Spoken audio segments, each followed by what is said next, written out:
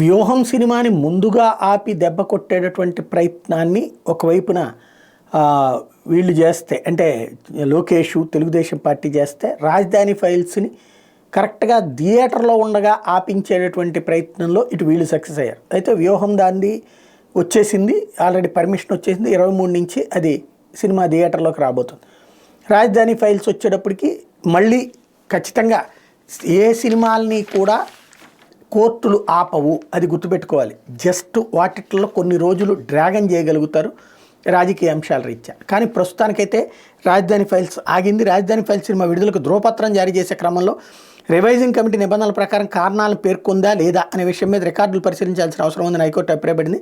Central board of film certification CBFCకి చెందిన examining committee, revising కమిటీలు రికార్డులను ఈ నెల 16వ తేదీన తమ ముందుంచాలని హైదరాబాద్లోని CBFC ప్రాంతీయ అధికారిని, రివైజింగ్ కమిటీ ప్రిసైడింగ్ అధికారిని ఆదేశించింది. సినిమా విడుదలైతే నష్టం వాటిల్లుతుందని పిటిషనర్ అభ్యర్థిని పరిగణలోకి తీసుకుని సినిమా ప్రదర్శనపై శుక్రవారం వరకు స్టే ఇస్తున్నట్టు పేర్కొంది. విచారణ ఈ నెల 16కు వాయిదా వేసింది. హైకోర్టు న్యాయమూర్తి జస్టిస్ జయసూర్య గురువారం మేరకు మధ్యంతర ఉత్తర్వులు ఇచ్చారు. ముఖ్యమంత్రి జగన్మోహన్ రెడ్డి ప్రభుత్వ ప్రతిష్ఠ దిగజార్చేందుకు రాజధాని ఫైల్స్ సినిమా తీశారు.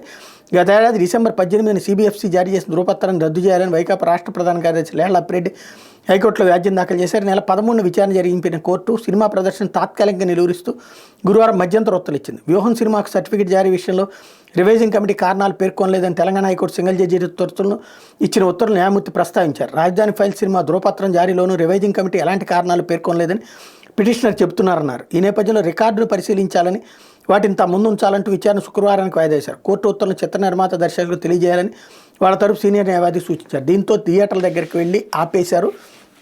ఓవరాల్గా ఇవాళ దాని మీద విచారణ జరుగుతుంది, ఆ రివైజ్డ్కి సంబంధించినటువంటిది. ఆ తర్వాత రేపు మాపో మళ్ళీ డేట్ అనౌన్స్ చేసేటటువంటి అవకాశం ఉంది.